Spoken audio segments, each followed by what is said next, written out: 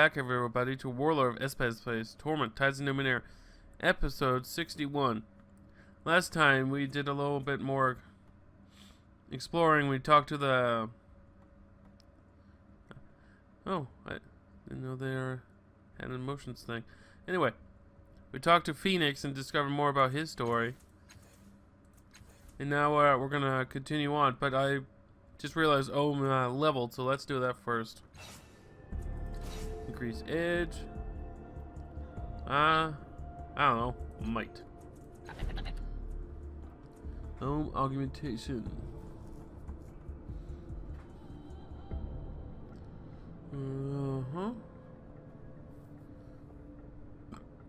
Increase the last cast off training level to skill based and title alignment. Interesting. You can choose to align Ohm to one of the last cast off dominant tides. It changes Ohm's appearance and affects the bonus gained from many of the Ohm's abilities. Ohm's alignment can be altered at any time by talking to it. Cipher limit increase. Let's go with realignment. I think that'd be fun. It's different. See what it changes into.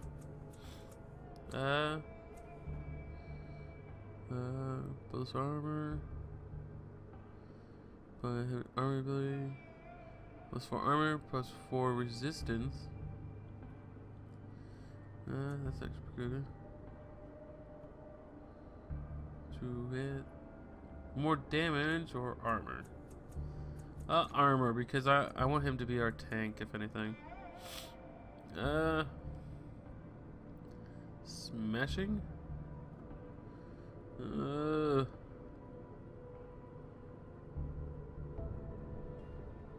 Let's go endurance. Alright. So now I should be able to change what it looks like based on what I am. And I'm gold right now, so let's talk to Ohm.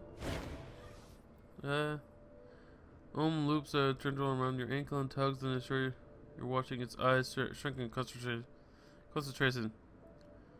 A certainty arises in you from the part of your mind Ohm occupies. It can shape itself to a better serve your needs in your alignment to the tides.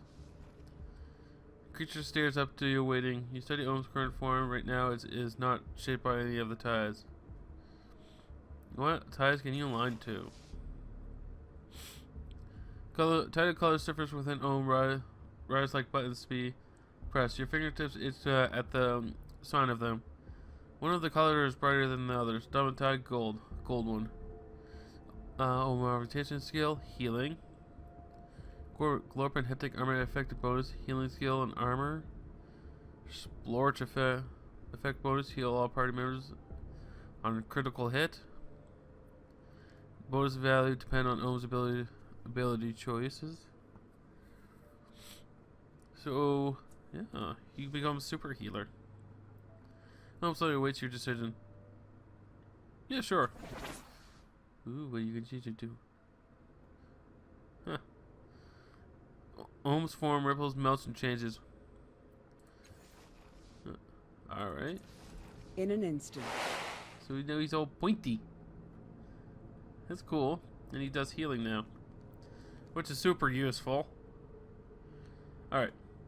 Now that I've leveled, there's one other thing I forgot I can do. And it's the note that guy's dropped, the 5143. Which is actually different than the gate, which I remembered. Yes. So let's try that. 5, 1, 4, 3. Blah blah blah.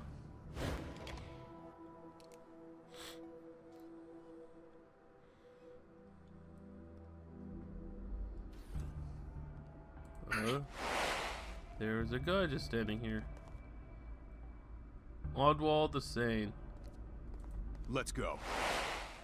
I'm making a note. A frail humanoid creature with olive skin clad in rags wrapped around his waist. Rummages about aimlessly, fidgeting with a elongated hand. Scattered in frizzy dark strands on its scalp appear to be hair. As you approach it, he roars his head, revealing a large yellow eyes with a tiny black dots. They stare back at you gleefully. His smile, wide for a creature of his size, shows a perfect set of teeth as his head moves inquisitively from side to side. You stand in Oddworld's mind, he proclaims. Its thoughts are strange. No words, only music. Humming, whistling, singing, sometimes with lyrics, sometimes without. They make no sense at all, not even musically. You're a strange one, aren't you? You're a blur. There's something about you that shivers space. You're not quite anywhere that I can see. He bows low to her, a wide smile on his face. That's because you see me flat, even if you're a piece of paper. If you're a piece of papers. But I stand up from a page and step to the place I need to be, and there I am again. I see. You're not just crossing reality. You step through higher dimensions. He nods frantically. As I just said. What can you tell me about yourself? Why, my friend, I am Oddwald. Oddwald the Sane. Oddwald the Magnificent. Oddwald the True Seer. The Keeper of the Past. The one who knows. The one who remembers. The one who hides it. And the one who laughs. He pushes some of the gogogs around on the floor, creating an intricate pattern, or perhaps just a mess. They said I was mad, Carkers. My mind is a melted machine. When did they come in to see? I did not open the eyes to let them taste the colors of my thoughts, but that they sweat the knowledge into me, and out of me, and all that's left is dust. He drives a rhythmic pattern into the dust of the tomb's floor. After a moment, he scatters his assembled junk with a swipe of one hand and the pieces fall randomly, but each lands during one of the beats. They land in a straight line. He gathers his pieces. Insight, foreknowledge, intuition, a predator's mind, trapped in the prey's body. See the size? See the puzzle? Fit together? And find the nearest bolt hole. What are you doing here? Doing all the merry delights of life lie before me. Breathing, heart beating, observing, digesting, expressing, mixturating, purificating, answering, ruminating. It is a good time to be alive, to be live. It shows a piece of junk. Say, I'm discovering myself in the world and the hidden parts of the universe. Listen, these tones, I know them. They sing to me. They're new children, the children of the gate. I know of them. I even know the fearful infer. You're not secret. They are not seekers, though they are secretive. Look around you. See the walls? You see the history of the past, the future, the potential. I line up probabilities and then I push them around until they are true. She's quiet for a moment, staring off into the distance, and then she says, "No, you don't." Figure of speech and number of hyperboles, a jaunt into temporality of the mind. He looks at her and quickly rearranges the three pieces of jumbled pattern. You are correct, my dear. She shivers a little. Stop doing that. You're making unwelcome ripples. He looks abashed. Of course, of course. Can you tell me about the children of the Endless Gate? He lowers his head and smiles. They know me. I know them. And when they come with ill intent, when they come as friends, I greet them warmly. They keep on open otherwhere at my back. When they come as enemies, they cannot find me. These doors to the other worlds, I have opened them. One brought me here. One opened my mind and spilled my thoughts out. One taught me to put my thoughts back in. He hefts a handful of small bones. You don't know where he found them. He casts them on the floor and laughs to himself. He scoops them back up. So strange to think of a mind as a place to store thoughts, only by custom, only by memory. Much better to find a place for your thoughts in the world. He pauses and thinks. Of course, when you have to worry about someone, then you have to worry about someone stealing your thoughts. Can you tell me anything useful about the children in this gate? He frowns. There is a door that might best be closed, but the opening comes unless he shrugs. But none close it. Our brothers see but don't act. They speak but never listen. The opening is opening. I have places to go, places to hide. Those there, they're stuck in one perception. The gate, a weight of hate. Too great to close the gate.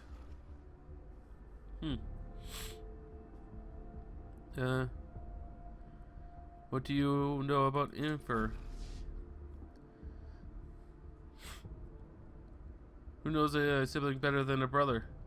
Who has forgotten the face of his father, but remember his acts?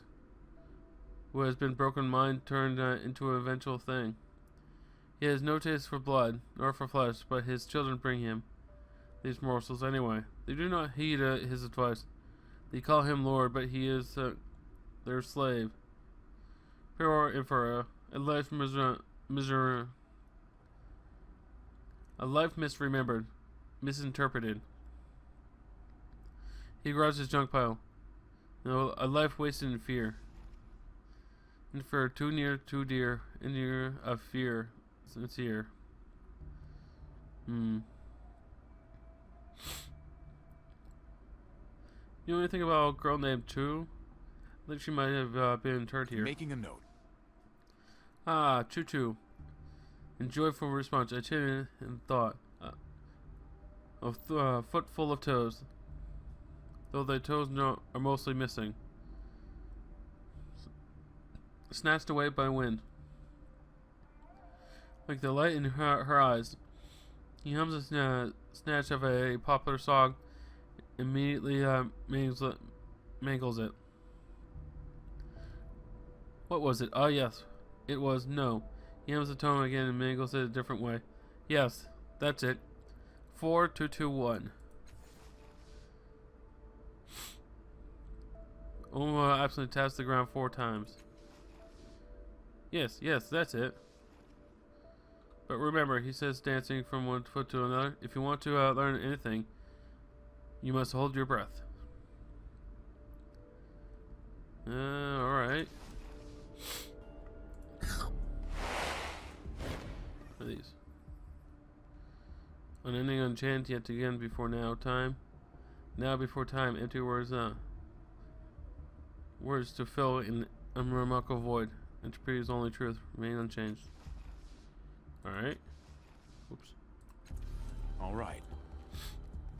And are you D2? Look, Ma, no hands. Huh. Fine. What is this? You're gonna yell at me for touching your stuff. As you poke through the supplies over the house, do I put my fingers in your brain? Leave it alone. No. Ah, sure. I don't want to piss him off. He breathes a sigh of relief. Gratitude is hard to find here. I would hate for you to have stolen mine. Trust and honesty are our bonds. 4-2-2-1, I believe it was.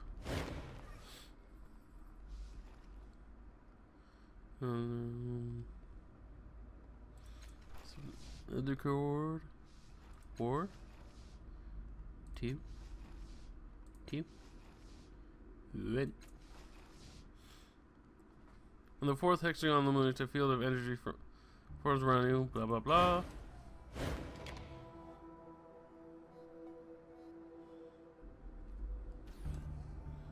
Ooh. Well. Ain't that interesting. Okay. Yes. Now.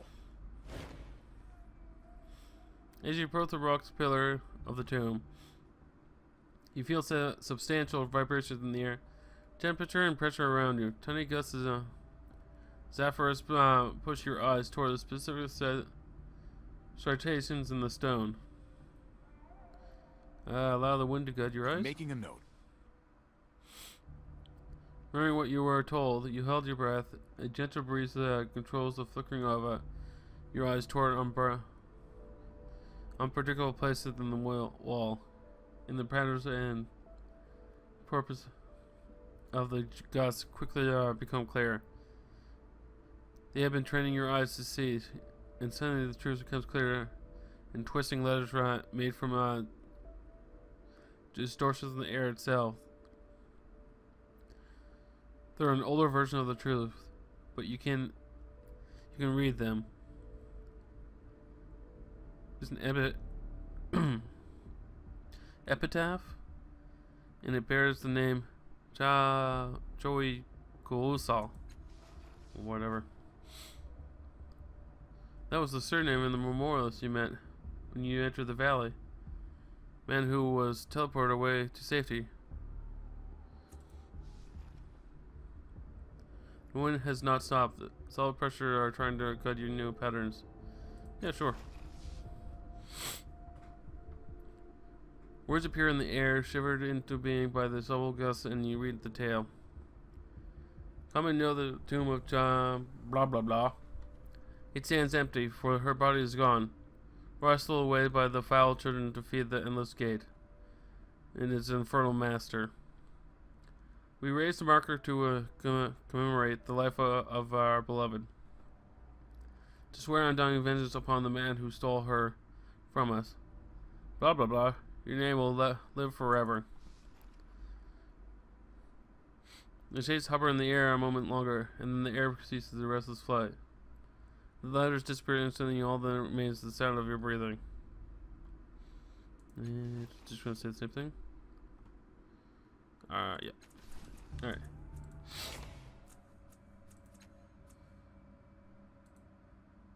Some marker, heard very strange. Blah, blah, blah.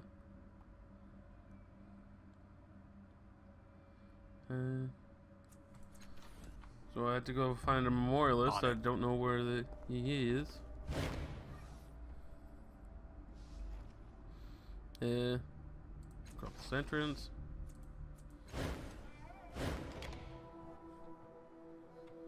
Beep beep beep beep beep beep beep beep beep. Do you know where it is? I found a tomb below for a girl named blah blah blah. Do you know anything about her? Well, I don't know anything about her, but you might ask my colleague, Morris Colossa. He should be in the valley somewhere, if the cultists haven't killed him, that is. Allow me.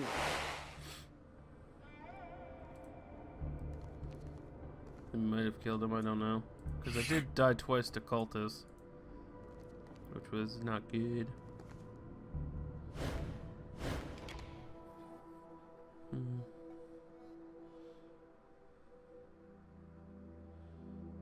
Beep, beep, beep, beep. See if I can find anyone named that. Was it this guy over here? Aha! You were the one I need to talk to.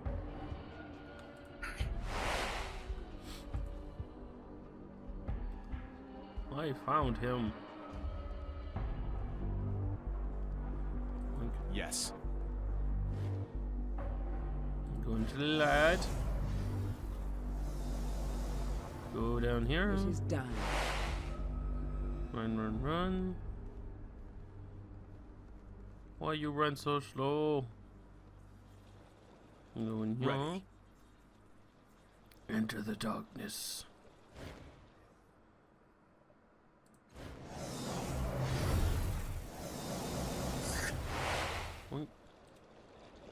Keep on going.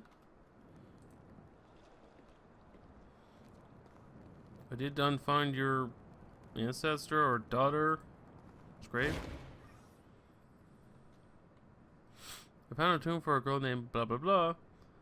Is she any relation to you? Blah blah blah. How interesting. No, Sally, I never heard the name. I took my name out from to as marker, from the hero I was in my true life.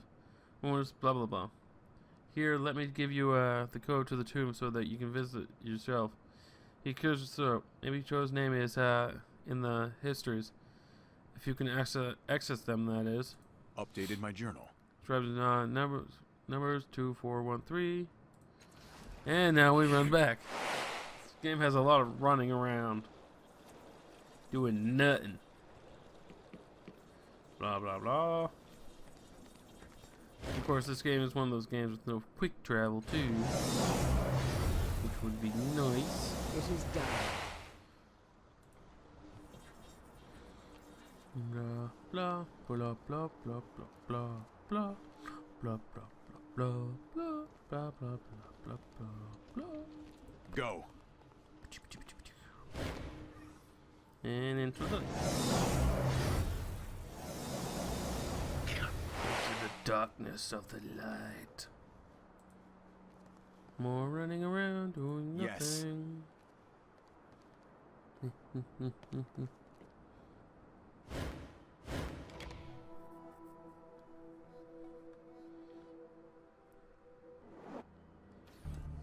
Of course. Of course. Of course it's a horse, As you wish. Next. Name. Audril.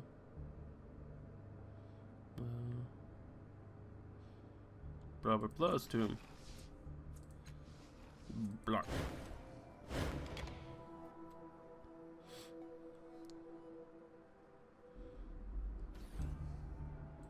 Of course. Another mouth. As you touch the engraving on the epitaph, you feel familiar strings of the air pushing your eyes to the imperfection on the surface, as with Truth's tomb. Glyphs of the truth curl into a shape as distortion in the air and form themselves into the name of deceased. Blah blah blah. After words begin to form, making shapes like clear smoke. Displayed likenesses. Host of images appear. Series of pictures collected from the lifetime of a handsome, driven man in furious poses. It's a baby learning to walk as a child, exploring the shell of some sort of crashed flying vessel. As a young man, studiously dissecting a Numenera tool. As a father, as a widower, through the course of years. His face grows more haggard and ragged, but he retains his youthful charm. He looks nothing like the blah blah you kind of saw outside the valley. Examine archives. Whisper when tickles your ear. Texture of the archives enabled. Speak the code and read freely. You remember the word of chosen marker. Your name will live forever. And as you whisper the name Choai, it worked. Reams of potential information begin spilling into the air, hidden behind the words. History behind experiments, quests, genealogy, history.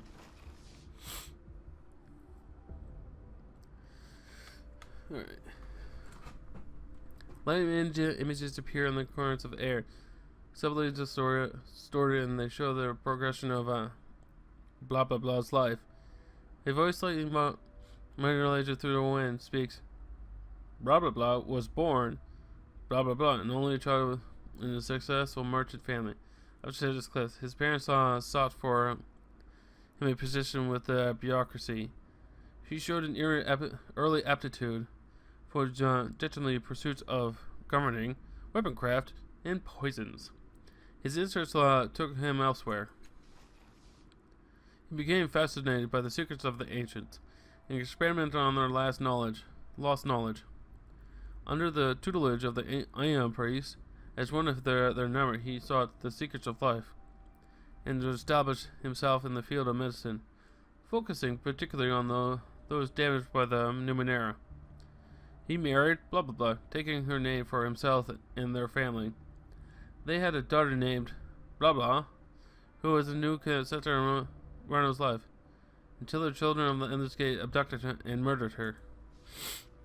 Rano's vowed to avenge blah blah blah's death, to destroy the cult. The vendetta consumed him.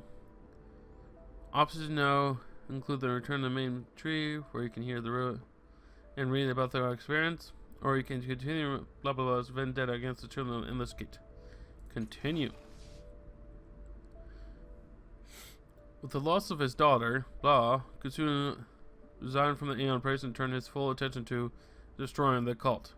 But then they had moved on, leaving him with no object for his revenge.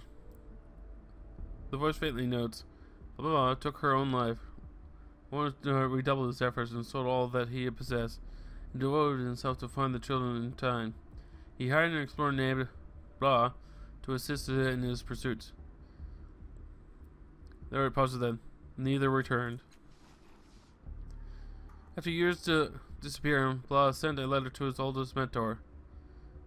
The voice quaked slightly. In it, Blah explained that he had found the children and their leader, Blah. He wrote, Blah and the others are victims, not monsters. They are prisoners of pain. And Blah is a slave to dark masters beyond our plane. Rather than seek vengeance, I will endeavor to set them free. I'll remember that. Some months later, Blah's body was transmitted to the mentor as well. Many years after that, the body of his guide, Blah, was deposited on the Valley of Dead Heroes. Thus ends the story of Blah. Entombed heroine, his wife, Blah, is interred in her family of Syria inside its cliffs. The marker of his daughter, blah blah blah, can be found, Blah, which we already know. And Blah's tomb lies in blah blah blah, which we're going to totally look at later. The voice crackles to a halt and the main menu returns. Experiments. The voice speaks. Experiments include vivisection and necrosection of a variety of creatures across the protectorate's biome. This led to investigation cross-dimensional manifestations and psychosis. A field of study Club Blah abandoned upon death of his daughter. A formal list of scientific citations follows. Bequests. A pseudo male voice speaks while Scholar Blah liquidated the overwhelming majority of his estate shortly before his disappearance. Certain family trusts in ongoing honorary and royalists remain. Those were assigned to his Aeon Praise and Scissors Cliffs until confirmation of Blah's death. At this time, the remaining property estated to the city. List of financial blah blah blah. Genealogy. Alright. Voice of gender reports Scholar Blah